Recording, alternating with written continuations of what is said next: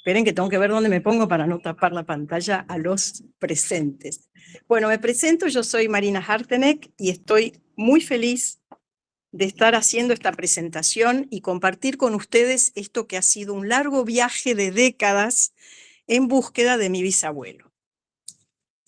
Generalmente no me gusta leer mucho, pero en este caso voy a tener que leer porque la presentación que voy a hacer está basada en cartas que mi bisabuelo ha escrito desde que llegó a la Argentina en 1887 hasta 1900, en que muere su madre. Por lo tanto, son cartas familiares de las cuales me he tomado el trabajo de ir extrayendo aquellas cosas costumbristas, digamos, las que nos muestran un poco la Argentina de aquel tiempo, y sobre todo la evolución, digamos, de ese joven inmigrante que llegó, como se dice, una mano adelante y otra atrás, tenía unos marcos que le había dado su familia para pagar los primeros meses de pensión, nada más que eso, vino para ayudar económicamente a su familia, y poco a poco, a lo largo de un recorrido de 45 años, fue el fundador de un emprendimiento junto a otros que terminó siendo una gran empresa, que es la Forestal, que muchos de ustedes deben conocer, que tiene una fase de inicio alemana, cosa que en general está más que olvidada. Y para mí ha sido un proceso muy interesante porque, como siempre digo, buscando a mi bisabuelo me tropecé con la Forestal. La Forestal son 60 años de un trabajo en el norte argentino en donde se transformó un recurso natural, principalmente en tanino, en energía, en maderas para puertos, para ferrocarriles, y fue un proceso que transformó socioeconómicamente toda una región. Así que es una historia muy rica, pero hoy, para no agobiarlos, me voy a concentrar en el personaje que es mi bisabuelo, porque ha sido clave, ¿sí?, en la movilización del trabajo de muchísimos inmigrantes de habla alemana. Ustedes saben que hubo inmigración suiza importante en la provincia de Santa Fe, Entre Ríos. Hubo muchos alemanes que también llegaron no en movimientos masivos, sino individualmente. Y en general la fuerza de trabajo de esta forestal alemana era germano-parlante. De hecho, las actas del club social se redactaban en alemán. Y también había una banderita que izaban, que era la banderita que decía LF, y tenía una banderita al lado con los colores de la bandera alemana. Bueno, vamos a iniciar este viaje. ¿Cómo comenzó el viaje para mí? Yo era chica. ¿Podés pasar una? A ver si. Para que no sea solo hablado. Yo de chica tendría unos 8 años. Mi padre viajó al Paraguay y nos llevó a sus hijos en ese viaje y paró en Villa Guillermina. Villa Guillermina es un pueblo importante para mí porque Guillermina era la esposa de Karl Harteneck, o sea, mi bisabuela. Y en Villa Guillermina paramos y nos llevó nuestro padre a ver el hospital Carlos Harteneck, con lo cual fue mi primer atisbo de que algo pasaba en esa región. Bueno, cuando puedas pasar la olla.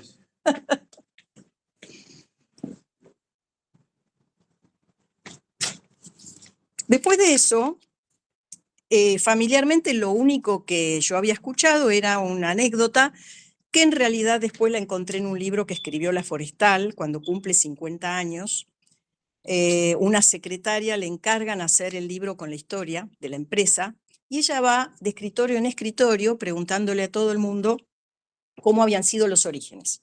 De ahí retransmite algo que es un mito en realidad, pero que don Carlos Harteneck, recorriendo el monte chaqueño, se había tropezado con una laguna, dentro de la cual había una vaca muerta y un quebracho caído. Y la vaca tenía el cuero curtido. Y de esa forma habría descubierto las propiedades de curtidoras del tanino que contiene el quebracho. Esto no es cierto porque ya en 1855, en la Exposición Internacional de París, se presenta el quebracho como una madera que tiene un alto contenido en taninos.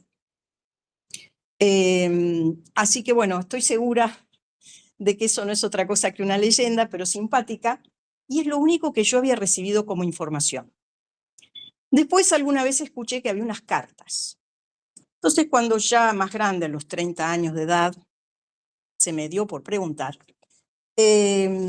fui a ver al hermano mayor de mi padre, que como debe ser el primogénito, custodiaba esas cartas, y su mujer no solamente me las mostró, sino que me dijo, así como tu abuela me las entregó en custodia, ahora te las paso a vos. Ahí entró un interés frenético por ver qué decía. Era letra cursiva gótica, con lo cual tuve que apagar mi cerebro, volver a programarlo. Por suerte había 3 hojas que ya habían sido pasadas a máquina, de esa forma fui viendo cómo escribía él cada letra, y me pasé un par de años transcribiendo esas cartas. Lo que ustedes van a ver hoy es producto, digamos, de esa lectura. Después pasa el tiempo y nos mandan una carta de Villa Guillermina preguntando cuál era la fecha de inicio del pueblo. Ahí ya me picó mucho, mucho la curiosidad, porque dije, acá pasa algo, acá hay un montón de gente que está interesada por esta temática. Bueno, ahora disculpen nuestras fallas técnicas, pero ahí nos ven, estoy con mi hermano Ralph, mi padre Guy, y en la de la derecha estamos jugando con el teléfono, que ya no está más, que estaba en el hospital de Villa Guillermina. Ese hospital en realidad lo donó mi abuelo, pero bueno, para el final, después de una gran epidemia que hubo de viruela. Él ya estaba viviendo en Alemania y donó el hospital porque había habido muchas muertes por viruela en el pueblo.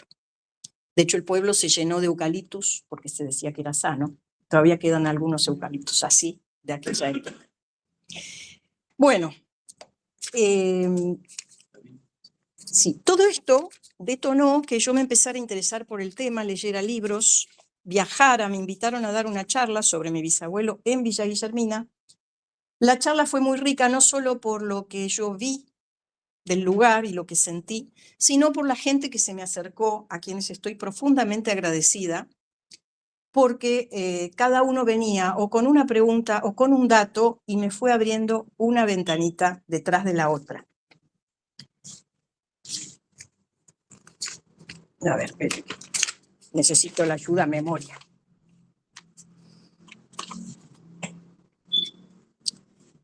Y lo que descubrí fue una saga humana increíble y una naturaleza maravillosa. Y en el eje, en el centro, un árbol, que allá en la zona le dicen el macho, porque tiene unas raíces tan profundas que por eso se asociaba con la masculinidad. Y se llama quebracho porque quebraba hachas. Tengo sumo respeto por el quebracho y una vinculación de mucho amor con ese ambiente y con esa vegetación. Poco a poco ahora les voy a ir contando y los voy a ir llevando. Por favor, ubíquense que nos vamos a ir más de 100 años para atrás. Así que muchas cosas eran diferentes, pero el ser humano, que es el eje de las cosas que van sucediendo, tiene las mismas pasiones, emociones, amores y desamores. Karl Harteneck en realidad nace el 8 de julio de 1855. Nace en Pirmasens, en el norte de Alemania. Su padre, Johann Karl Friedrich Harteneck, su madre, Carolina König. Él fue bautizado Karl Friedrich David Harteneck, que en la Argentina mutó a Don Carlos. Siendo el primogénito varón, fue ya, digamos, un poco el motor del cuidado de la familia, estaba siempre muy preocupado por sus hermanos y tomó el liderazgo de venir a América para ayudar a la familia. Sus padres tenían un negocio de ramos generales que estaba mal y él se lanza, se sube en octubre de 1878 a un vapor que se llamaba Illimani. Discúlpenme los que están virtual, que por ahí no veo en el teléfono cómo gesticulo. Se sube al vapor Illimani y llega a Buenos Aires después de un viaje muy apacible que pasó por Río de Janeiro, Montevideo y Buenos Aires. Tenía 23 años, lo único que deseaba era apoyar económicamente a su familia, pero también le aclaró la madre que venía en busca de aventuras. 2 años después, su hermano Albert lo sigue. Después tenía 2 hermanas mujeres, Ana y Lina. Lina quedó soltera y Ana es importante porque estaba casada con Alfred Schickendans. Este apellido Schickendans está muy, muy ligado a los Harteneck porque el hermano de Alfred, dos hermanos de Alfred, ya habían emigrado a la Argentina. Uno, que le dicen el gran sabio alemán, Federico Schickendans, fue traído, creo que por Sarmiento, trabajó en un ingenio azucarero en Catamarca, y después incluso fue, creo, no sé si director o empleado del Museo de la Plata, y también tuvo cargos docentes en Tucumán. Gustavo Schickendans era gerente del Banco Nación en Paraná. Y los lazos son muy fuertes porque Gustavo fue socio de Karl Harteneck y porque Karl se casa con la hija de Gustavo. Entonces hay lazos familiares, lazos de negocios que perduraron hasta casi mi generación, en donde cuando había un Harteneck que fallecía, venían los Schickendans, y si había un Schickendans que fallecía, íbamos los Harteneck. Bueno, cuando llega a Buenos Aires, se aloja en una pensión alemana que consideró que era suficientemente acomodado el precio. Su primera salida fue para ir al consulado alemán a buscar la correspondencia. Ahí tenía cartas de los Schickendans, que le habían enviado cartas de recomendación para conseguir empleo, y una invitación para asistir al club alemán, que ya existía. Y decidió aceptar esta invitación para conocer un poco el mundo de los negocios de la colonia alemana en Buenos Aires. Estudió castellano con mucho empeño, es decir, tomó un trabajo primero en una librería y después con la casa Bali, que es la misma casa suiza que existe aún hoy día, que importaba zapatos principalmente a la Argentina. Como Pirmasens es un pueblo de curtidores, él ya traía un poco todo ese conocimiento y sobre todo vínculos, cartas de recomendación que le permitieron conseguir estos trabajos. Inicialmente lo que hizo en la Casa Bali es responder la correspondencia en alemán, francés e inglés, hasta tanto pudiera aprender castellano y seguir progresando. Hay algunas cosas curiosas. En la pensión, por ejemplo, le ofrecen en el desayuno, dice que le ofrecen café con manteca fresca. No sé por qué, debe ser que la crema no llegaba por la falta de refrigeración. Y que a las 11 de la mañana había platos variados como ser roast beef, ternera asada, bifes con huevo, hígado, riñones, seso, panqueques, huevos y café. Relata que desde la habitación puede ver el río y que la gente espontáneamente se saca la ropa y se da un chapuzón en el agua cuando hace mucho calor. Él encuentra que la comida es barata, la ropa y la cerveza muy caros. Además gusta de la música clásica y asiste regularmente a conciertos y óperas. O sea que Buenos Aires en 1878 tenía una vida musical de primer nivel, por lo que describe, ¿no? Después, una de las cosas que lo sorprende profundamente es una revolución que sucedió el 18 de diciembre de 1878, y esto lo puse porque, bueno, cualquier semejanza con el presente no es casualidad. El gobierno promulgó una ley, a la gente no le gustó la ley, salieron a la Plaza de Mayo 30.000 personas y armaron una batahola tal, con carteles, que los negocios se cerraron y todo parecía una gran batalla. En cuanto se anuló la ley, la ciudad volvió a la normalidad. Bueno, trabaja, como les decía, comienza a trabajar en una librería, después hacia fin de año consigue el trabajo con Bali, que era una empresa de envergadura, y ahí lo alojan en un cuarto arriba del negocio y trabaja de 10 a 18.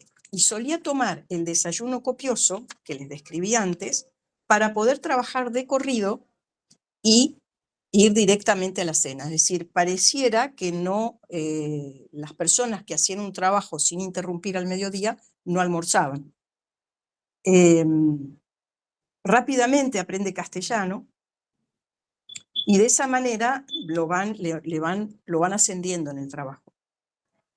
Llega su hermano en 1880, viaja a Catamarca con Federico Schickendans, que les había comentado, y va allá para aprender a hablar en castellano. Después se va un tiempo a Montevideo. Carl trabaja mucho y es muy ordenado con el dinero, con lo cual rápidamente puede ayudar a su familia.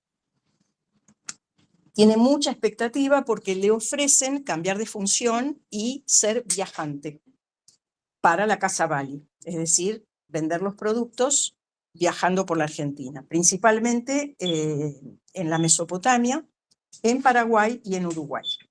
Prepara su viaje y el equipaje incluye mantas, montura, un rifle y ropa. Claramente los viajes no eran lo mismo que ahora. Primero va en barco a vapor hasta Concordia, pasando por Gualeguaychú. En Concordia se encuentra con Gustavo Schickendans, que era el hermano de su cuñado, y juntos continúan a caballo hasta Federación, Urzúcuatiá y Mercedes.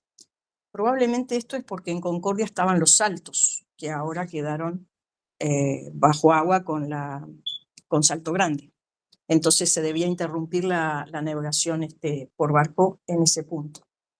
En Corrientes vuelve a embarcarse para seguir viaje a Asunción y luego regresa por Santa Fe, Rosario y finalmente Buenos Aires.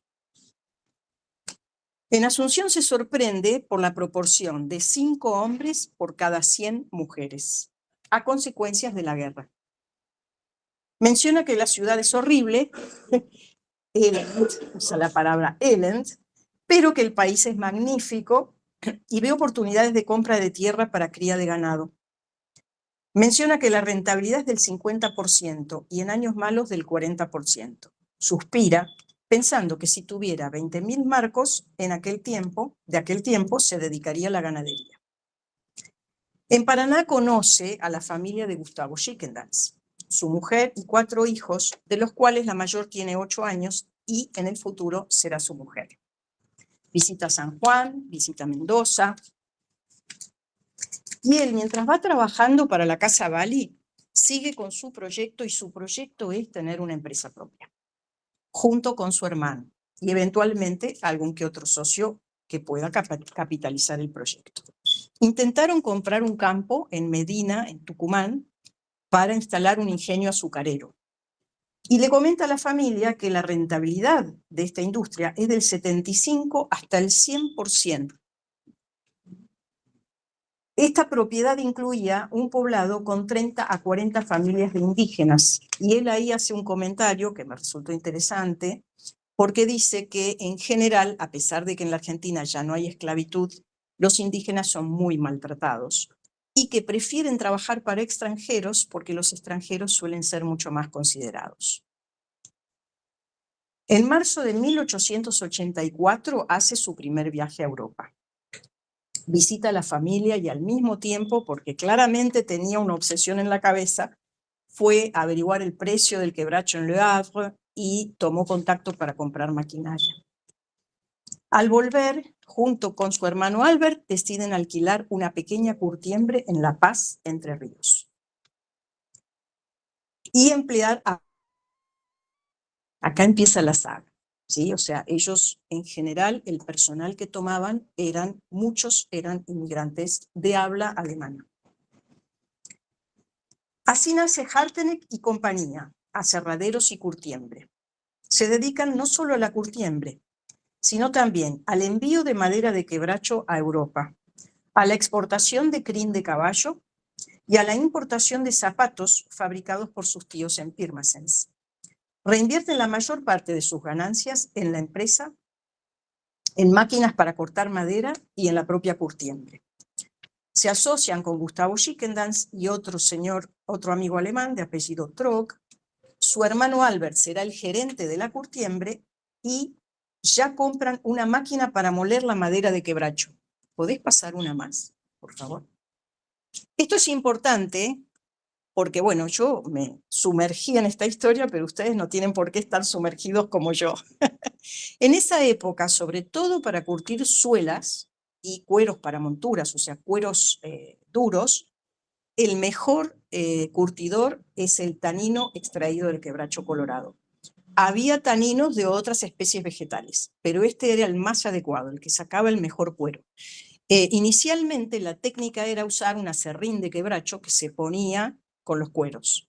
Después, que eso lo van a ir viendo acá en la evolución de la industria, lo que se hizo fue desarrollar la extracción del extracto de tanino, o sea, de justo la sustancia que curte, que era un polvo soluble en agua caliente, y de hecho Renner, que era un químico alemán, desarrolla el soluble en agua fría, que fue el gran invento de algo que después va a llegar, que es la Compañía Forestal del Chaco. Pero digamos, por eso ustedes van a escuchar recurrentemente que compraba máquinas para picar madera. Parece raro, pero en realidad era lo que más valía del quebracho como subproducto, era usarlo como sustancia curtidora. Acá lo que ven a la izquierda es un quebracho sacado actualmente, y a la derecha un hermoso ejemplar mientras lo están hachando. A mí me produce mucha tristeza, debo decirles. Pero bueno, es parte de nuestra historia, y creo que es una historia que a veces ha estado un poco tapada o no la queremos ver, pero bueno, la tenemos que asumir. ¿Otro más?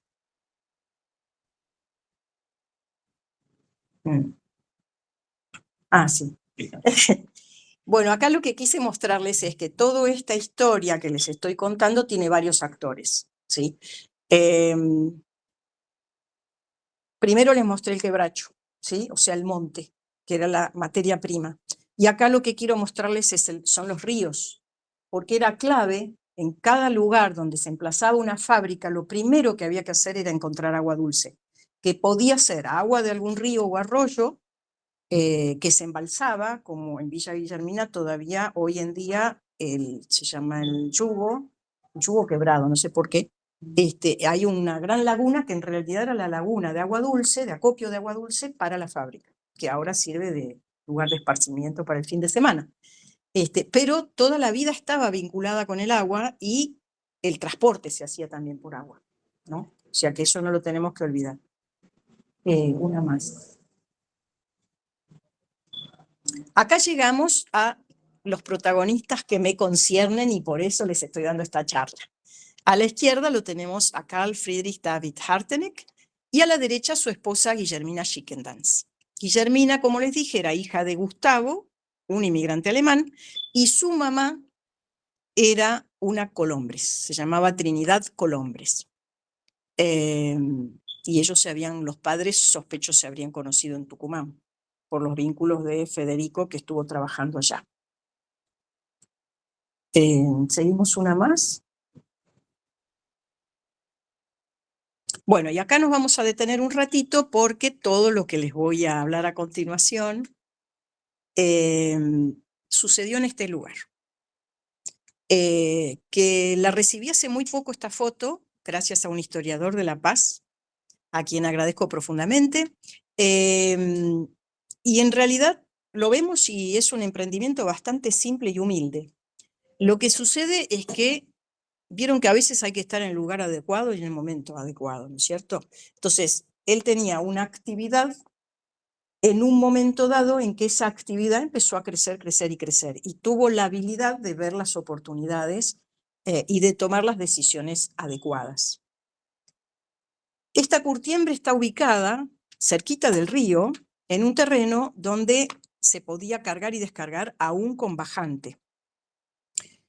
Le cuenta a la familia que el quebracho molido tiene mucha demanda, que ellos ya empezaron a comprar campos con mucho monte, y que la curtiembre funciona bien. Era clave para esta industria tener acceso al bosque para desmontarlo. Eso se podía tener comprando tierra, arrendando tierra o haciendo acuerdos con los tenedores de bosque. Estos cueros que ellos empiezan a producir, ya empiezan a vender en Suiza y en Alemania. En Suiza a través de la Casa Bali. En abril de 1885, Carl decide quedarse permanentemente en La Paz, y Albert vuelve a Buenos Aires para gerenciar desde allí las actividades comerciales. Ya pueden moler grandes troncos de quebracho. La maquinaria comprada está en pleno funcionamiento. Tienen una máquina Sulzer a vapor, con la cual están muy contentos, y una sierra circular inglesa. Venden muy bien los cueros, como les decía, localmente y también a la exportación. El cuero que lograban subió mucho de calidad y ya él estaba comparando estos cueros a los que se obtenían en Pirmasens. Y también fue subiendo la actividad de compraventa de madera, porque ahí les tengo que explicar que había una patente por la cual se extraía para el método de extracción de tanino, y esa patente vence en 1900. Entonces, y la tenía, no sé si era un francés o un alemán, pero lo tenía una empresa allá en Europa. Entonces se enviaban troncos y el tanino era extraído en Europa. Y la industria local era muy, muy incipiente.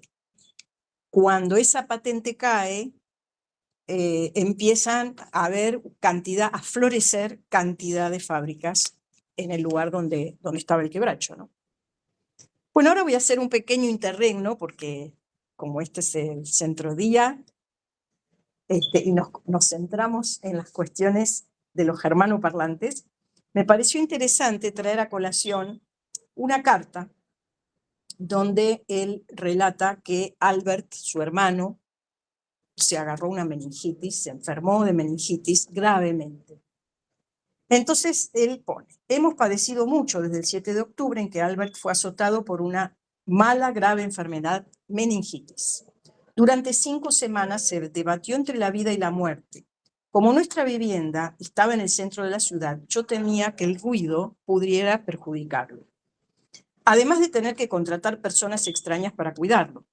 Por eso lo traje en carruaje al hospital alemán. Allí le dieron buena asistencia. Estuve con él tanto como pude. Finalmente se vislumbró una esperanza que, gracias a Dios, aún se mantiene. Tenemos en el hospital alemán un muy buen médico alemán y además convoqué a otro médico alemán. Gracias a sus esfuerzos y a la realmente buena asistencia es que fue salvado. Del hospital de alemán de aquí no deben pensar que se parece al de Pirmasens. Con un gran costo que aporta toda la colonia alemana, se construyó el hospital hace aproximadamente 8 años. Consta de un edificio principal donde vive el personal, el médico, el administrador y donde están la cocina y la farmacia. Además tiene 4 pabellones delante del edificio principal y separados por unos 10 metros entre ellos. Entonces había un edificio principal de 2 pisos, hizo el esquema, un pabellón para quienes pagan, un pabellón para quienes no pagan, un pabellón de mujeres que no pagan y un pabellón de mujeres que pagan. Entre medio está todo arreglado con lindas plantas y con lindos árboles plantados. Estamos hablando del año 1885. En total hay en este momento 40 pacientes. Albert paga por día unos 6 marcos. Bueno, sigo con la historia de la curtiembre y del quebracho. En 1886 la situación del país se pone complicada y los negocios se dificultan.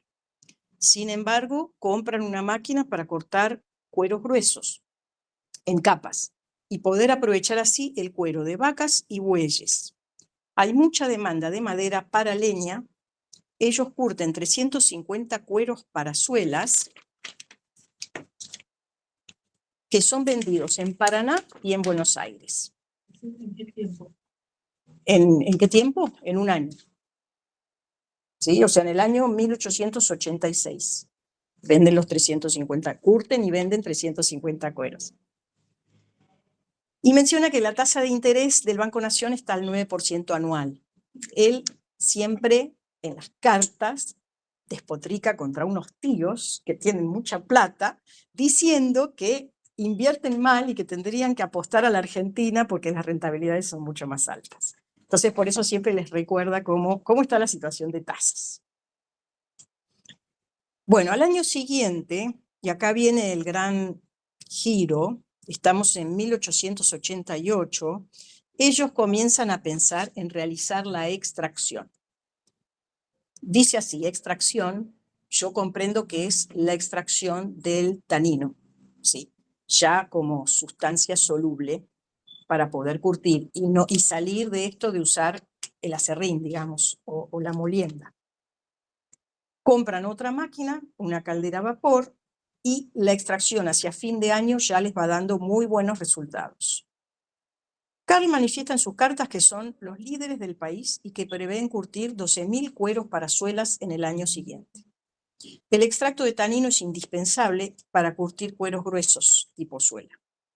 Entonces, lo que vamos viendo acá, o sea, lo que yo fui analizando es que pasamos de un joven con sueños que claramente se instaló en lugares difíciles, que no le tuvo miedo al trabajo, pero también tuvo la habilidad de ir viendo hacia dónde se podía crecer.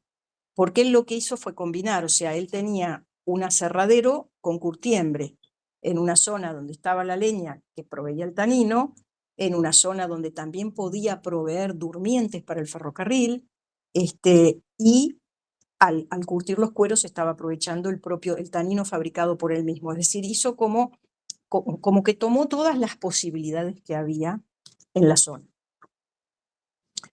Y acá viene otra posibilidad. Compra 80 hectáreas cerca de La Paz, previendo el avance inmobiliario que se produce por la llegada de inmigrantes. Y menciona que llega mucha gente y que principalmente iban a Santa Fe, pero que las tierras en general estaban subiendo muchísimo de precio. Y ya piensa en agrandar esta fábrica, buscando capitales en Europa. Esto va a suceder más adelante. Y comenta que tiene 10 caballos, 4 bueyes, 2 carros y 2 coches. En 1889 vuelve a viajar a Europa.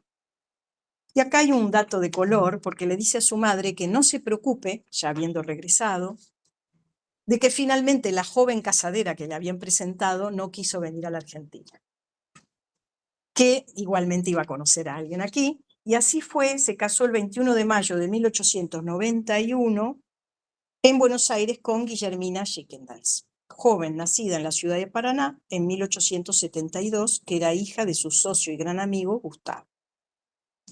De esta unión nació su único hijo, Carlos Guillermo Harteneck. Como ven, muy creativo, le pusieron Carlos por el papá y Guillermo por la mamá, pero le decían Billy. En la otra generación fue peor. Bueno, la fábrica se agranda, construyen 50 piletones para curtir y van a comprar otra caldera. Están en tratativas para comprar un campo con 24.000 hectáreas de monte, donde pueden sostener 20.000 vacunos y varios miles de ovinos. Sin embargo, para esto necesitan capital adicional, que siempre le reclamaban los tíos. Proyectan un canal de riego e instalaciones para abaratar los costos de extracción de madera. Los hermanos deciden ir de a poco y se sienten muy satisfechos con la marcha de todo. Ese año fallece en Pirmasens su papá. Si están cansados, para un rato. ¿Van bien? Porque es largo. No, ya después vamos a avanzar porque ahora seguimos en La Paz. Y de La Paz la única foto que tengo es esta. En 1883 hubo otra revolución y el ejército se llevó todos los trabajadores argentinos, pero dice que pudo sostener el trabajo con los trabajadores extranjeros. Los grandes tenedores de bosque hicieron un acuerdo con Harteneck y compañía para venderles el quebracho. Esto fue un paso muy importante. La oportunidad de crecimiento es buena, pero nuevamente menciona que necesita capital, ya que la madera, los cueros y los salarios en la Argentina se pagaban por adelantado. Su hermano se casa en 1894 con Anna Walter, una joven alemana que conoció en ocasión de un viaje a visitar a la familia. Tuvieron 2 hijos, Lito y Anna Harteneck. En 1895, Karl vuelve a ir a Alemania y ahí contacta a una persona de gran importancia, que es el señor Renner, que tenía una industria química de Hamburgo, que luego será socio en la Compañía Forestal del Chaco, que ya les voy a llegar a relatar eso. Hacia fin de año, esta empresa, Harteneck y compañía, cierra un negocio muy grande por el cual le van a proveer a los ferrocarriles ingleses entre 200.000 y 300.000 durmientes, que como sabrán todos, se hacían de quebracho en la Argentina. y todos tenemos arriba de nuestra chimenea reciclados, por un valor de 1 millón de marcos. Dice que fueron los que ofertaron el precio más económico y que si el tiempo los acompaña, porque las inundaciones frenaban el trabajo en el monte, pueden entregar estos durmientes en un año y ganar 300.000 marcos. En Calchaquí, ahora aparece Calchaquí, esto es La Paz, Entre Ríos. Nos vamos más al norte, que hoy es todo zona agrícola, pero estaba cubierto de monte, y llegamos a Calchaquí. Ellos en Calchaquí tenían un aserradero y ahora compran una máquina de vapor para aserrar y compran más tierra con bosques alrededor. Harteneck y compañía se va haciendo conocido y desarrolla también más clientela en Alemania, no solamente con sus contactos originales de Pirmasens, sino también en Hamburgo. Y cuenta que en Calchaquí tiene una casa agradable para vivir y que viajan seguido en familia. En 1887, Carl visita una fábrica de extracto de tanino en Paraguay, contrae malaria, se recupera en La Paz. Sigue la actividad empresarial en Calchaquí, incluyendo un negocio grande de ramos generales. Y acá incorporan otra de las actividades complementarias. ¿Por qué? Porque la gente que trabajaba en el monte llegaba y se abastecía en estos almacenes. Relata a su familia que están haciendo negocios como nunca. En agosto enviaron 8.000 toneladas de madera a Europa y Norteamérica y entregaron 20.000 durmientes, lo cual les significaba muchísimo trabajo. Los dos tenían que estar constantemente trabajando en la oficina de Buenos Aires, uno y el otro viajando al interior. Él sigue enviando regularmente dinero, no solo para su familia, sino también para obras de caridad en Alemania. En febrero de 1898 viaja con su familia y se queda varios meses allí. Su sobrino alemán, que era Schickendans también, porque su hermana Ana estaba casada con Alberto Schickendans, hermano de Gustavo, decide venir a la Argentina y se incorpora a la empresa. En 1899, Carl escribe una carta desde Calchaquí, donde menciona que la fábrica de tanino que han construido recientemente inaugurada es una gran empresa. En 1900 fallece su madre y se interrumpe la correspondencia. Entonces ahora ya no los voy a atosigar más con detalles y voy a hacer un pequeño resumen de lo que sucedió después, que quedará para otra charla más adelante cuando yo logre juntar bastante información. En 1902, teniendo esta fábrica que ya era una fábrica modelo, teniendo la cantidad de bosque que tenían para poder seguir trabajando por varios años, se asocian con un señor llamado Federico Portalís y su hermano, que eran accionistas del ferrocarril francés, que era el que estaba avanzando en la zona hacia el norte, y que además, no sé si el ferrocarril o ellos, ya tenían una fábrica de tanino llamada Fives Lille, que me parece que estaba en Empedrado Corrientes. Entonces unieron las fuerzas y constituyeron la Compañía Forestal del Chaco. Esa Compañía Forestal del Chaco funda Villa Guillermina, que ya está al norte de Santa Fe. No sé si todos saben que Santa Fe tiene un pedazo, la parte norte de Santa Fe pertenecía al territorio nacional del Chaco.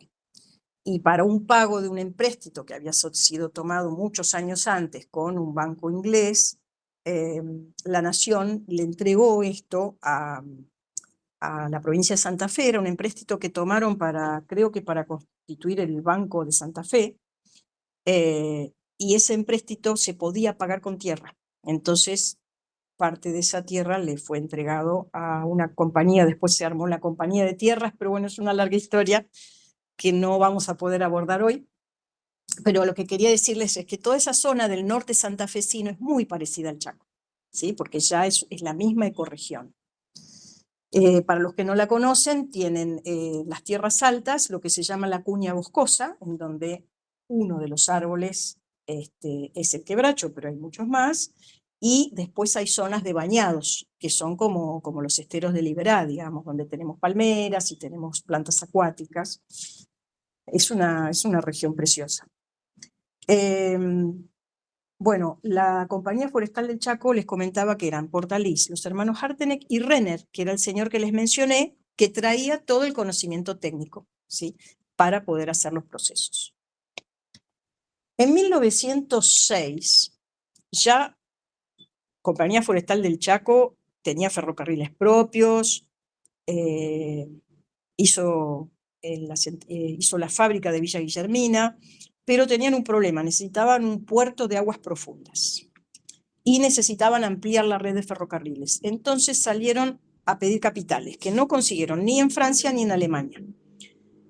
Se asociaron con el barón de Erlanger, que era presidente de un pequeño banco de inversión en Londres, que constituye la famosa forestal inglesa, que es de Forestal Land Timber and Railway Co., se constituye en 1906 en Londres, se emiten las acciones que se capitalizan con 1 millón de libras esterlinas y dentro del objeto social estaba absorber la Compañía Forestal del Chaco.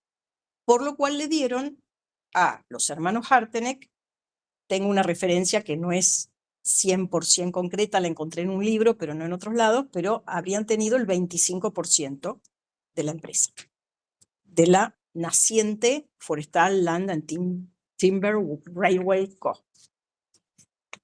Con esa inyección de capital, la empresa sigue creciendo y llegamos, pero sigue bajo manejo germano-parlante.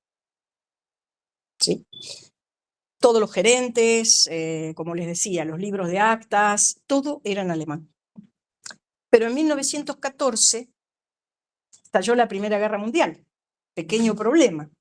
Entonces, como esta compañía tenía su sede en Londres, el Foreign Office intervino a la empresa, vino un funcionario del Foreign Office al directorio, lo desplazaron al barón de Erlanger y le expropiaron a los ciudadanos alemanes sus acciones, es decir, a Karl y Albert Hartenegg.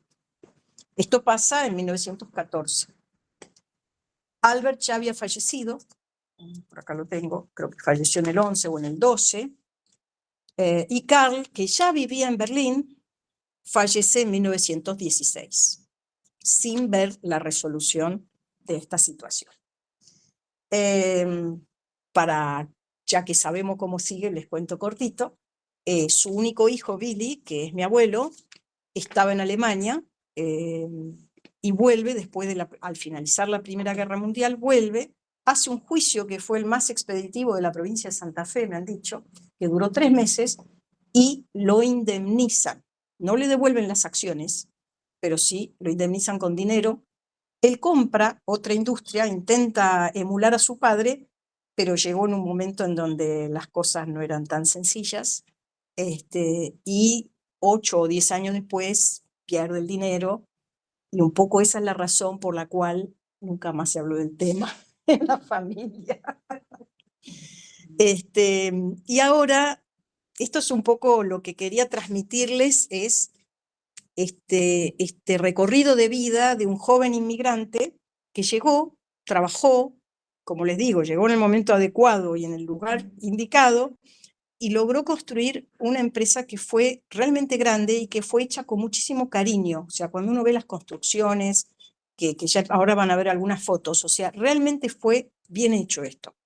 Por supuesto, no tenía mucha conciencia ambiental mi bisabuelo, porque se lo ve en sus cartas que su objetivo era crecer como empresa, y no hay una sensibilidad que creo que es generacional también, ¿no? O sea, había tanto que no estaba la sensibilidad, nadie se imaginó que iba a pasar lo que pasa, de que el Yaguareté quedó atrincherado en Misiones. Ahora van a ver varias fotos que nos permiten entender, y el Yaguareté es un emblema, ¿no? O sea, por qué el ser humano a veces destruye parte de la naturaleza, y de dónde viene esa fuerza, que en realidad es la fuerza de supervivencia. Pero claro, cuando lo hacemos en las medidas en que lo hacemos, modificamos tanto que afectamos a nuestra propia supervivencia.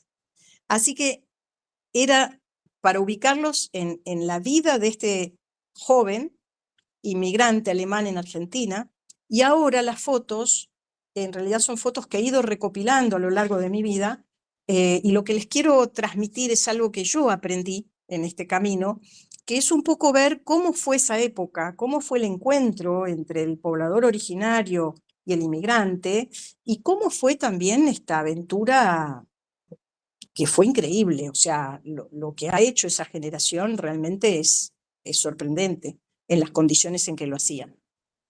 ¿Quieres pasar una?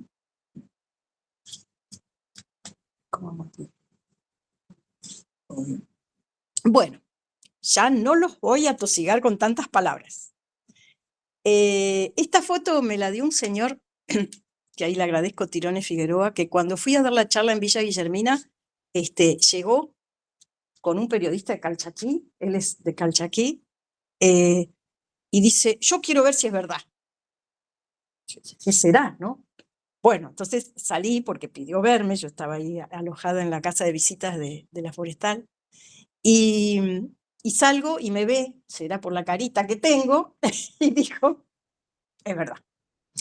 Lo interesante fue que ese señor era descendiente de un ayudante de campo de mi bisabuelo, que aparentemente habría ido en esta expedición a buscar el emplazamiento de Villa Guillermina, y él me facilitó estas fotos, que no sé de dónde las tiene, así que no sé cuál es el origen. Él dice que este señor que está acá sería mi bisabuelo. Bueno, si no lo es, habrá sido parecido. Las carpas blancas, claramente ahí esas cañas son cañas para hacer mensuras. O sea, puede que sea un agrimensor y que no sea. Pero me pareció linda la foto para ilustrar. Pasamos a otra.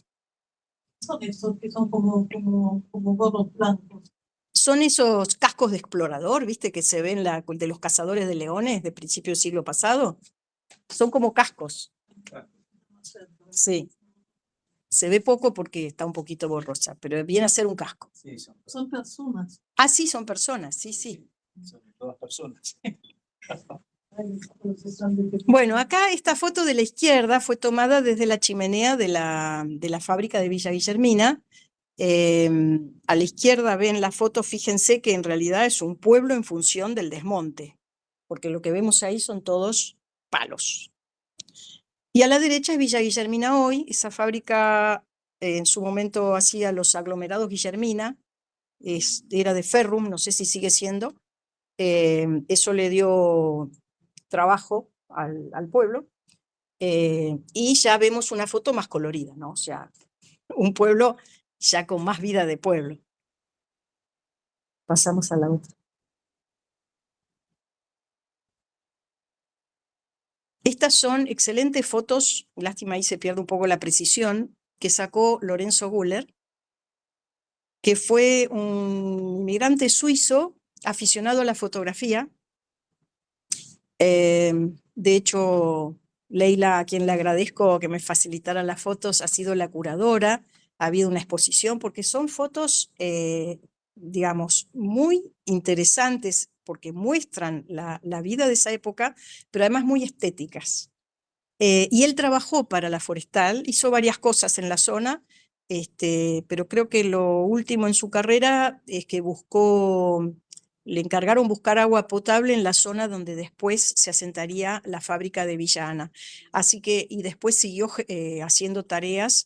Es muy probable que estas fotos de construcción sean de Villa Ana. Acá pasamos, no, ya podés pasar. Pero, sí. Se levantan las fábricas. Está bien. Sí, lo que quise mostrar con estas fotos es la envergadura del trabajo, ¿sí? O sea, fíjense la calidad de las construcciones. En lo que era el medio de la nada, no era la nada, pero lo que se consideraba el medio de la nada, ¿sí? A la izquierda es una fábrica en construcción, a la derecha es la de Villa Ana, que se construyó en 1910, o sea, es una un poco más reciente. Dale otra. Esta no sé cuál es del Archivo General de la Nación, pero me impactó por su tamaño.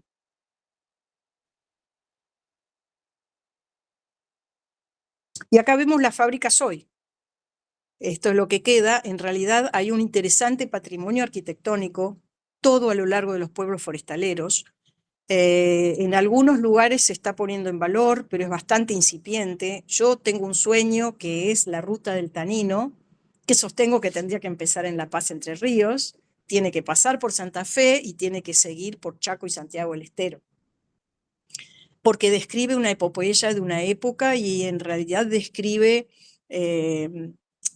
la llegada del inmigrante que produjo una gran transformación y que ha sido la semilla de lo que se vive hoy en esos lugares. Entonces, me parece importante, todavía el patrimonio está recuperable. Hay pueblos como Villa Guillermina y Villa Ana en donde prácticamente estamos pudiendo leer el pueblo original, con cosas tan interesantes como las casas del gerente que tenían tomas de agua de lluvia con cisternas para tener agua dulce, y las casas de los obreros, que eran mucho más humildes, pero por ejemplo se construían y están en pie con varas de quebracho, que supongo que tomaban de las ramas, hacían un entramado y en el medio, en vez de adobe, ponían la ceniza de la fábrica, porque digamos, se quemaba leña para generar vapor, para generar todo el proceso, entonces había mucha ceniza. Y como eso hay, y de hecho me olvidé de ponerlas, tenía 2 fotos de lápidas del cementerio escritas en alemán. Les pido disculpas, no llegué. Hay cosas muy interesantes para ver.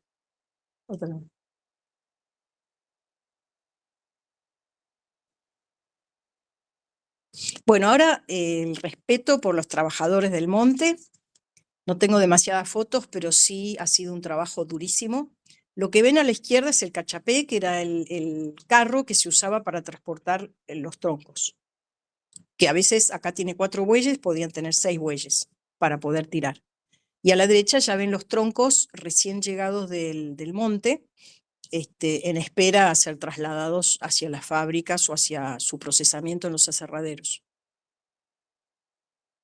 Bueno, y acá vemos algo de lo que no se ve bien, se los voy a tener que explicar, pero me pareció interesante estas 2 fotos. La primera, Leila dice que no saben si está posada o si es auténtica, pero de cualquier manera está reflejando una realidad. Si se fijan acá, este señor tiene un palo y está empujando un yacaré pequeño que estaría agarrando la pierna de este señor que está tirado. Este otro le apunta, que este es el Lorenzo, el Guller, el fotógrafo, y este está con un palo. En los thrillers hay muchas fotos de este tipo, o varias, por lo menos. Sí, pues son esas las que Esta es de Guller, sí, es de Guller, pero la traje porque aunque sea actuada, Esta familia que hemos visto toda una gran sí, exposición, ¿no? es esta. Sí, sí, le pedí permiso, Leila me autorizó. Ah, Y esta que está en un libro de Pesimenti que tiene muchas imágenes, esto es un hombre, acá está su perrito durmiendo, y acá les pusieron palos arriba porque para abajo no se le ve el cuerpo, ¿sí?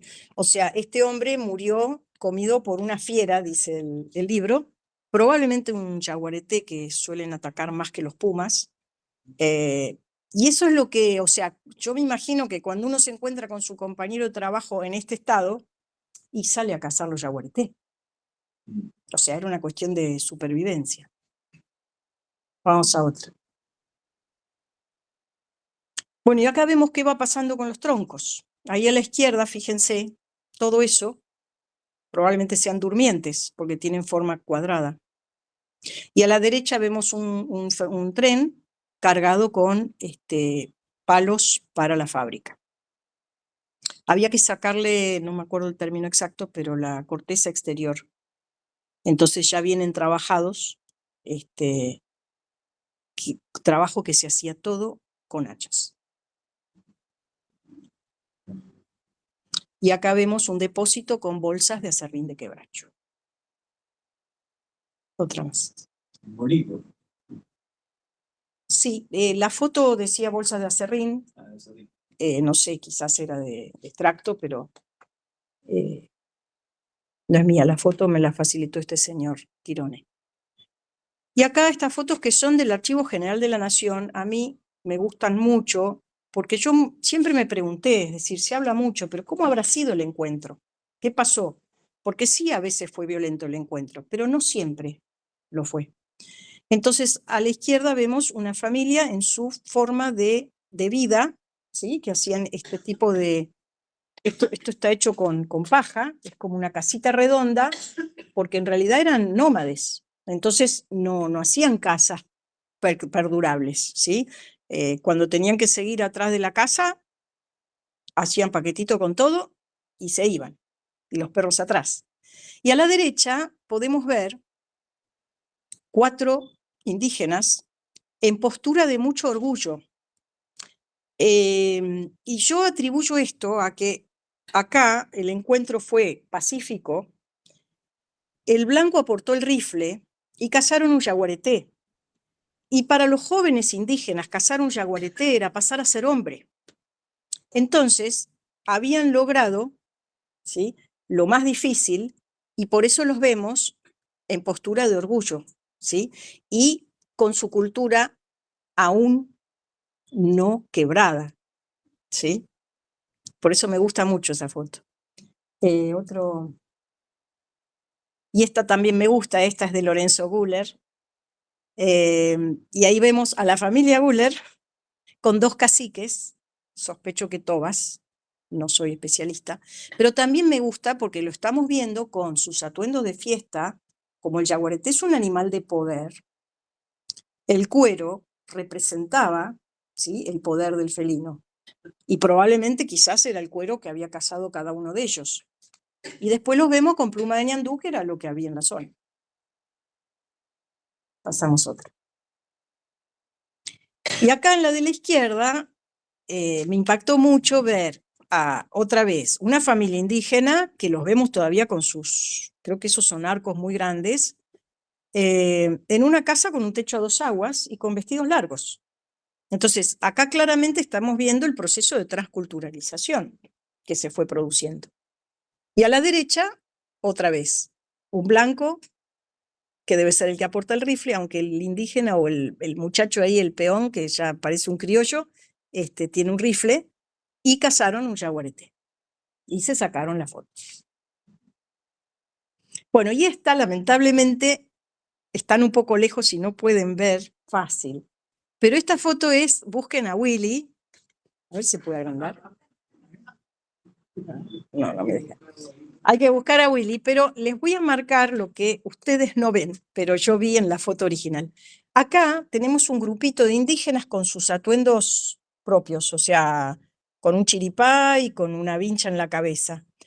Acá en el medio hay gente con, es la orquesta, ¿sí?, con trompetas y varios instrumentos de viento.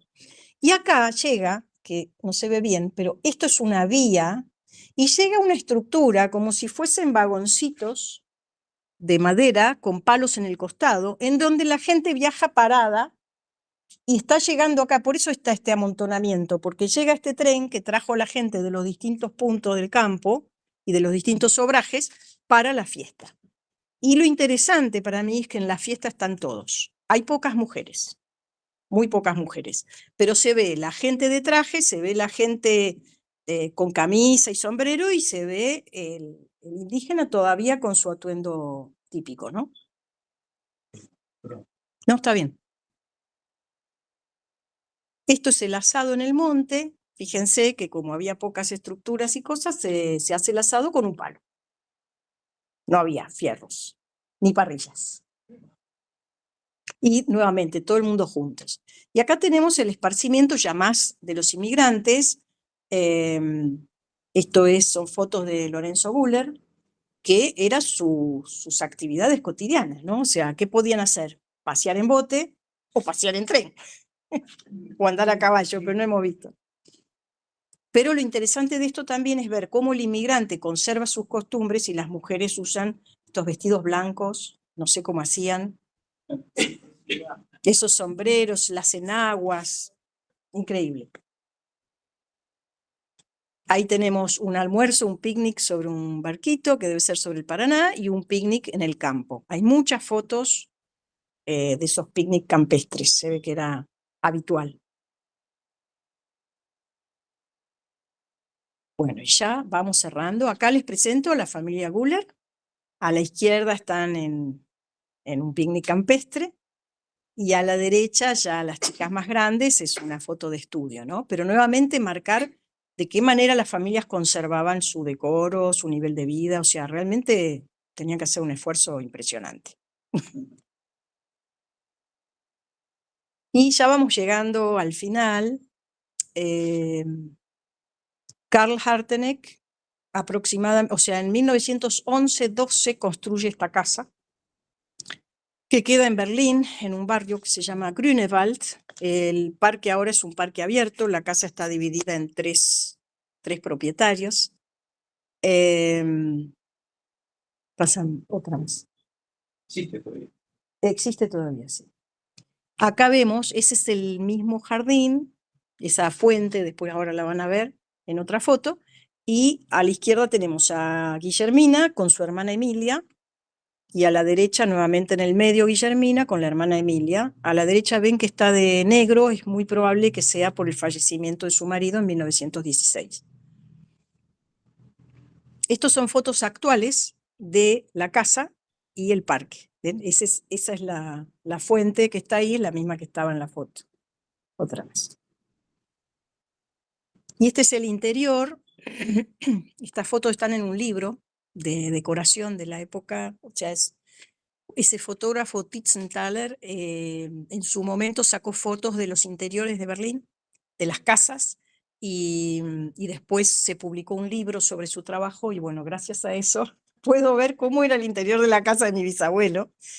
Pero bueno, lo que quiero mostrar es toda una época, ¿sí? O sea, acá estamos viendo toda una época.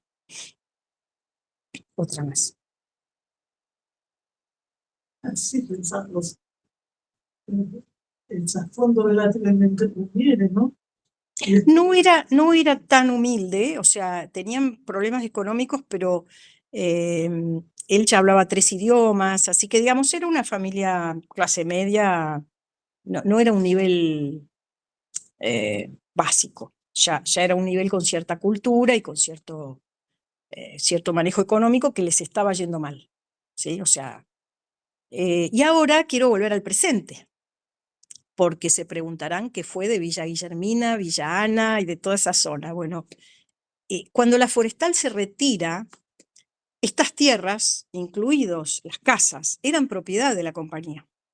Entonces hubo toda una estrategia, la forestal se retira en los años 60 y algo, la empresa se vende a una empresa inglesa que se especializaba en desarmar empresas con mucho capital. Entonces compraron el remanente de todo y después lo iban desguazando, o sea, vendieron los campos por un lado, la actividad fabril por el otro, se llamaban Walker y no sé cuánto. Y la gente se quedó sin trabajo, pero no se quisieron ir. Muchos sí se fueron, o sea, los padres de familia, y en general conseguían buenos trabajos, porque el entrenamiento de la forestal era muy bien visto, entonces capaz que se tenían que ir a Santa Fe o a Buenos Aires, pero generalmente conseguían empleo. Pero la gente no quiso abandonar el pueblo y se quedó. Y es el día de hoy que las casas tienen una irregularidad en los títulos, porque son de la forestal, que ya no está más. Pero bueno, eso poco a poco se está encaminando. Algunas de las propiedades la comuna los tomó y se hicieron otros proyectos. Pero digamos que el pueblo quedó muy golpeado por el retiro de la empresa, que era el único empleador. Hubo intentos de proyectos que lamentablemente casi todos fracasaron por esta historia argentina de que somos la máquina de impedir. Pero poco a poco se ve que la sociedad vuelve a funcionar y a crecer. El norte de Santa Fe es una zona que está vista como relegada, que está un poco relegada, y que la provincia tiene una cierta deuda pendiente. Acá fuimos, en la foto anterior, era para los 100 años del hospital Carlos Harteneck, se hizo un festejo, se hizo un mural, se destapó ese busto de Guillermina, nos invitaron, y ahí en la foto de la izquierda estamos con el último hachero de Villa Guillermina, al cual también estaban homenajeando. Otra más. Y esto fue el acto, o sea, lo puse porque en realidad quiero transmitir esto. Es una comunidad que está viva y está muy viva. Son subsede del Festival del Chamamé. Entonces hay un momento lindísimo, mucha cultura. Y a la derecha es un mural rememorando, a la izquierda está Guillermina y a la derecha está Carl, y abajo se ve un ferrocarril y se ven los troncos de quebracho rememorando, digamos, la historia original del pueblo.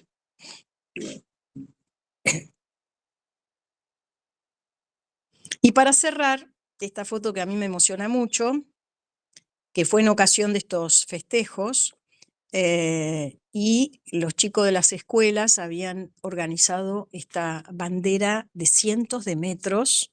Realmente no sé cómo la hicieron, les aseguro que era precioso de ver, y los chicos desfilando, los abanderados. Bueno, hubo un acto porque vino el gobernador, en fin, fue muy lindo y para mí muy gratificante y muy vital.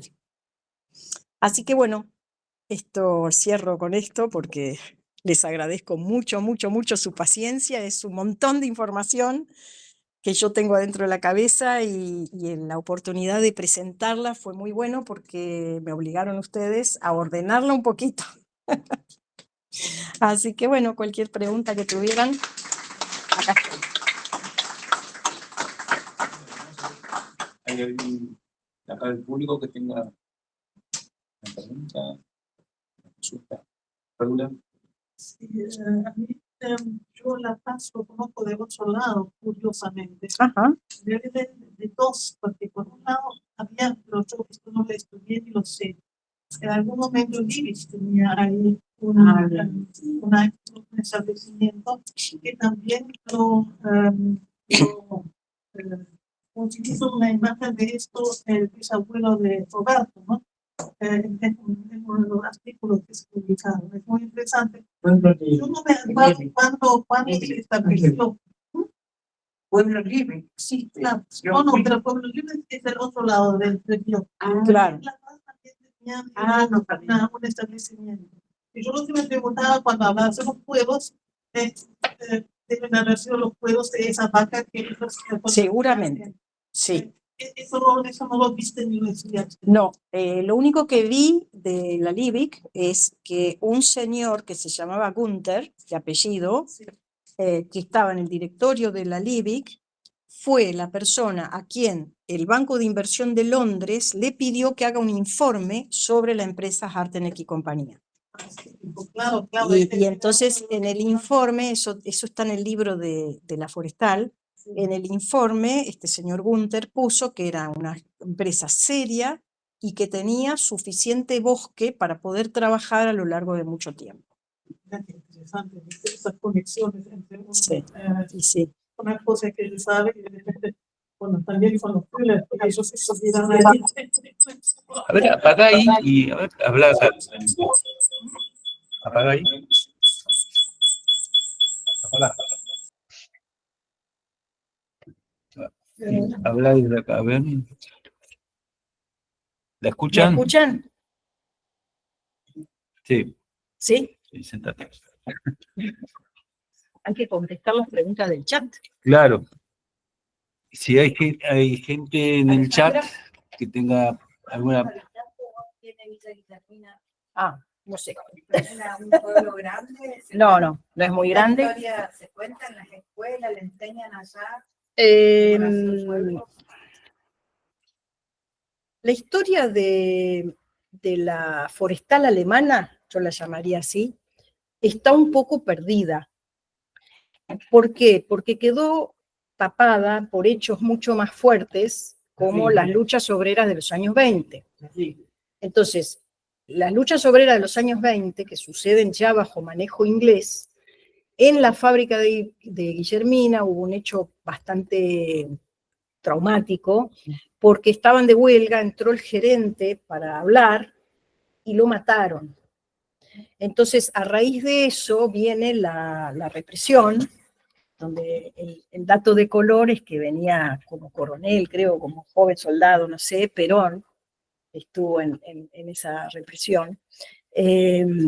Y hay un señor que se llamaba Lamezón, que era un líder de la revuelta, que lo persiguieron, creo que lo mataron a él, no sé bien esa parte de la historia, Entonces todo eso está como muy presente. Más que lo otro. Claro, lo otro quedó un poco olvidado. De hecho, me pasó algo muy, muy, muy fuerte para mí. Me invitaron a dar una charla en Calchaquí. En Calchaquí la fábrica no está más y hicieron una pequeña chimenea rememorando el lugar arriba de las vías del ferrocarril que ya no se usan. Y había un acto, también creo por los 100 años de Calchaquí. Y yo leí la carta de 1900 donde Carl le escribe a su madre y le cuenta un poco lo cotidiano de Calchaquí. Me pareció lindo, ¿no? Y cuando termina la charla, viene una persona que era el hijo de este señor que me facilitó las fotos, por lo tanto descendiente del que había ayudado a mi bisabuelo, que estaba muy enojado con su padre porque él no le creía que los alemanes habían empezado con la forestal. Me abrazó llorando y me dijo, usted me devolvió el vínculo con mi padre. Y claro, uno hace estas cosas y no sabe, o sea, pero lo que les quiero mostrar con esto es que realmente toda esa etapa, que fue importante porque fue el principio, está desdibujada. En los libros de historia siempre hay pedacitos, o sea, siempre aparece el Harteneck, aparece Portalis, pero aparece muy cortito, digamos.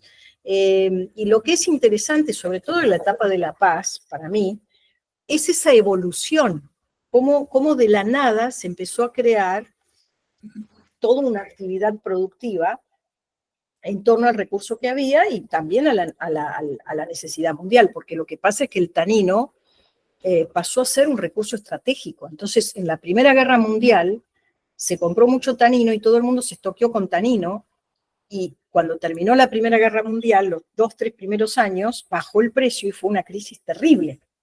¿Por qué? Pero digamos, era como, no sé cómo explicarlo, bueno, como el caucho un poco, ¿no? Antes de que surjan las gomas actuales.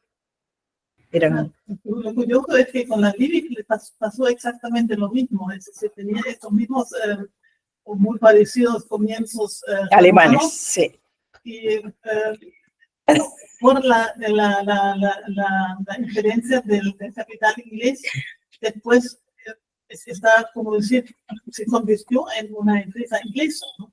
en la conciencia. Sí, yo no soy especialista ni en geopolítica ni en vínculos empresariales, pero sí debo decir que he visto un patrón en este sentido. O sea, yo creo que los alemanes son grandes hacedores, pero a veces se les escapa la perdiz o la liebre, porque en el hacer quizás no prevén las jugadas geopolíticas o empresariales o corporativas. Entonces, que le habría hecho mejor quedarse más pequeños y... No, o sea, en este caso vino la Primera Guerra Mundial, o sea, eso es algo arrasador, y dio la casualidad de que capitalizaban en Londres. No sé cómo fue el caso de la Liebig. El mismo. Ah, bueno. Era capitales ingleses. Wow. Sí, eso es muy interesante, los paralelos, y que además, bueno, coincidieron en ese lugar. No, y, lo que es interesante con Schneiderwin, que vos mencionaste, justo hace una semana fui a Metán, Salta, y hay una estación Schneiderwin, porque Schneiderwin era un ingeniero de ferrocarril, para los ferrocarriles que llegó de Belgrano, el que llegó a Salta. Y nosotros acabamos de comprar un libro de Schneiderwin porque él escribió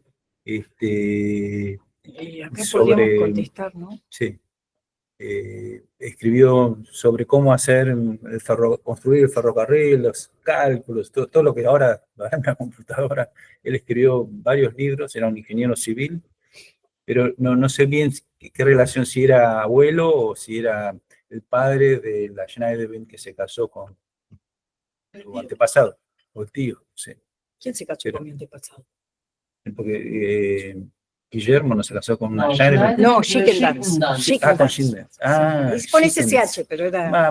Me confundí. Sí, a Coco Crowder estoy respondiendo los Sí, mensajes.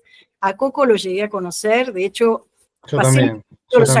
sentimientos, y es uno de los cuales tengo en el Sí, corazón muy qué cercano. bárbaro, ¿no? La verdad que es vibrante escucharte, ¿no? Me invitaron de casualidad Flavia y Schulz a esta reunión y me emocioné en varios momentos, ¿no? Porque yo he trabajado mucho en la zona y me doy cuenta esto que decías, ¿no? Del amor que tiene la gente todavía en estos lugares, ¿no? Que le llamamos pueblos forestales, ¿no? Y yo y muchas otras personas entendemos que hay una deuda todavía con estas tierras, ¿no? Que siguen esperando, ¿no? Sí. Y creo que las historias como estas, ¿no? Merecen otro lugar. Ojalá puedas volcar todo esto a alguna publicación también, no sé si es la idea, ¿no? Pero, pero decirte que mucha gente sostiene que no vio otra cosa mejor que la época de la forestal, ¿no? En el campo sobre todo, ¿no? Hay como dos historias de la forestal, y todos conocemos la negativa, la mala, ¿no? Que tiene, por supuesto, su costado oscuro, ¿no? Pero también hay una historia que es, ¿no? Brillante, y creo que vos en varias partes de la charla mostrás eso justamente, ¿no? Y justamente yo lo escucho en el campo a veces, ¿no? Esta realidad que vivió mucha gente, muchos ya muertos, ¿no? Te cuentan los hijos, los nietos, ¿no? Que no la volvieron a ver nunca más, ¿no? Entonces quería dejar ese mensaje porque es un mensaje de esperanza también, se quiere, ¿no? Yo soy Allá agrónomo, trabajo en esa zona, y bueno, me siento motivado también por todo lo que contaste, ¿no? a ver, Oscar quiere hablar. Oscar, Tenés que desmutear tu micrófono, Oscar. Ahí estamos. Ahí estamos, te escuchamos. Sí. Buenas tardes. Primero quiero felicitarla a Marina por la excelente exposición.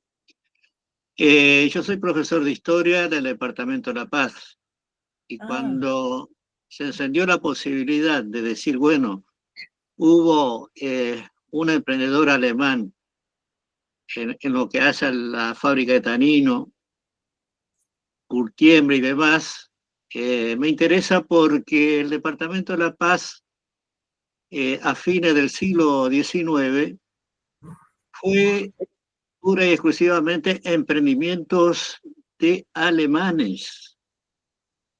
En la ciudad de La Paz estaba von Harder, un alemán que trató de instalar un frigorífico, instaló un saladero, pero luego la competencia desde mi ciudad, el de Santa Elena, donde se establecieron en primer lugar otra firma alemana, Kemmerich y compañía, y fabricaron en Argentina por primera vez el estrato de carne. Por eso una persona decía, había similitud. Bueno, yo lo menciono como Liebig, ¿no? Que se estableció en Fray Bento, impulsado por otro alemán de apellido Giber, Georg Giber. Luego el hijo, Walter Giber, y el cuñado de Walter Giber, el químico Kemmerich, decidieron buscar en el departamento de La Paz y se establecieron en Santa Elena ya por el año 1881. Y les aseguro que la misma infraestructura que está manifestando es la misma infraestructura que establecieron ellos mismos: el puerto, la vía, la zorra, porque se explotaba en aquel entonces, en la época del modelo agroexportador, el cuero, y ellos incorporaron al tasajo de carne o a la carne salada, incorporaron un producto novedoso que tenía mucha demanda en Europa, que era el estrato de carne. Pero es aquí que no pudieron con la competencia. La competencia se llamaba Liebig en Fray Bento. Decidieron vender a otra firma inglesa. Esta firma inglesa se llamó Establecimiento Argentino de la Bovril Limitada, que empieza a trabajar acá en Santa Elena desde 1909 y se retira precisamente en los años 70, en la década de 70, más precisamente en 1973. Para mí, yo sigo sosteniendo, y esto corrobora, que el emprendimiento alemán echó todas las bases, toda la infraestructura, y que los ingleses en su momento llegaron ellos, por X cuestión, que hay poca documentación para investigar en la región, vendieron. Yo en una oportunidad estuve en el Archivo General de la Nación, estuve, bueno, un día, pero no encontré registro, principalmente de Kemmerich. Y bueno, con esto a mí la verdad que me pone muy contento de que se sostenga este planteo muy interesante como hipótesis, que surge, la fábrica de tanino surge en el departamento de La Paz. Te digo que a mí me pone la piel de gallina en este momento. Yo soy Roberto Oliventa, soy del Centro Día, que es el Centro de Documentación de la Inmigración de Habla Alemana. Y justamente, mucho gusto, hemos tenido una charla de una licenciada que vive en Fray Bentos, sobre todo sobre la fábrica de extracto de carne en Santa Elena, en toda la zona, y cuadernos del archivo escritos sobre el tema. Así que bueno, si se le interesa, nos puede escribir al Centro Día. Digamos. Pero sí, nos interesa recuperar la historia de la inmigración yo me dedico alemana, ¿no? Perfecto, inclusive le digo, A ver, todavía existe acá en Santa Elena, en una estancia que se llama Santa Sofía, descendiente de Walter Giver. Vendría a ser como la cuarta generación, que tienen una estancia llamada Santa Sofía.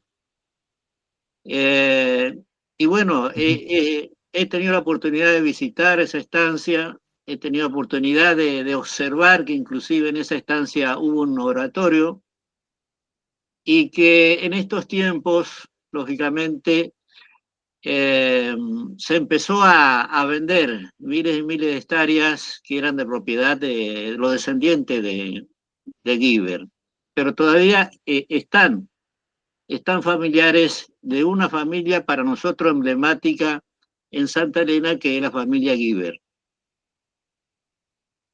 Ok, muchas gracias, señor Freitas. No, por favor. Ahí respondo a quedó una pregunta del chat que me preguntaron si sé por qué volvió mi bisabuelo a Alemania. Yo sospecho que volvió para que su hijo estudie allá, porque hizo la escuela de oficiales de caballería, mi abuelo. Y es como que me parece que cuando uno llegaba a un cierto estatus social, eso quedaba bien. Y así como ahora vamos a Harvard, se lo llevaron a Berlín para que hiciera esa escuela.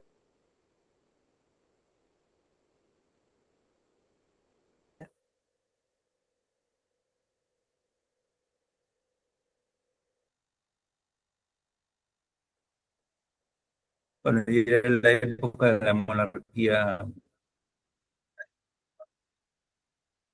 Se fue el chat. ¿Alguna, no sé si alguna pregunta más? ¿Alguna pregunta más acá del público?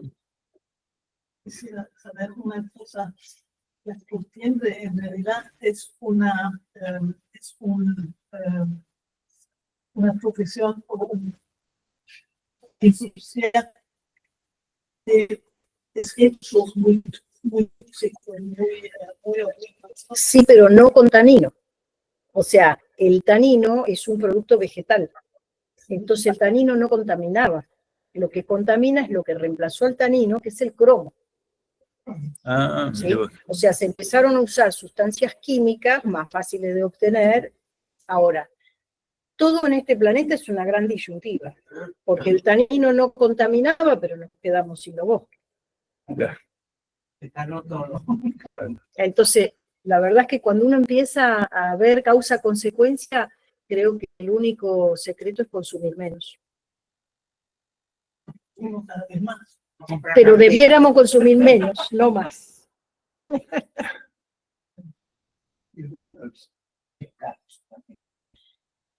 No hacen falta 20 pares de zapatos. Y mucha gente tiene 20 pares de zapatos, Sí. ¿o no? Ok, Es un ejercicio mental.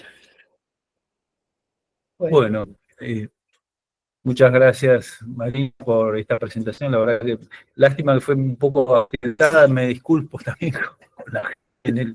Había como 25 personas en el inicio, en la parte virtual, o sea que es Sí. importante la parte virtual, y acá tenemos como 10, 15 personas. Necesitamos a alguien joven de voluntario para las redes. No, para ayudar. sí, no sé, la primera vez que me pasó este tema. veces funcionó. No sé Bueno. qué pasó esta vez, pero bueno. Lo logramos Ya, igual. lo logramos igual. Y gracias a todos. Felicitaciones. Gracias a ustedes. Bueno, Gracias. muchas gracias, Marina. Chao, Ahí está, Francisco. Francisco. Gracias, Marina. Gracias. Chao, chao. Chao a todos.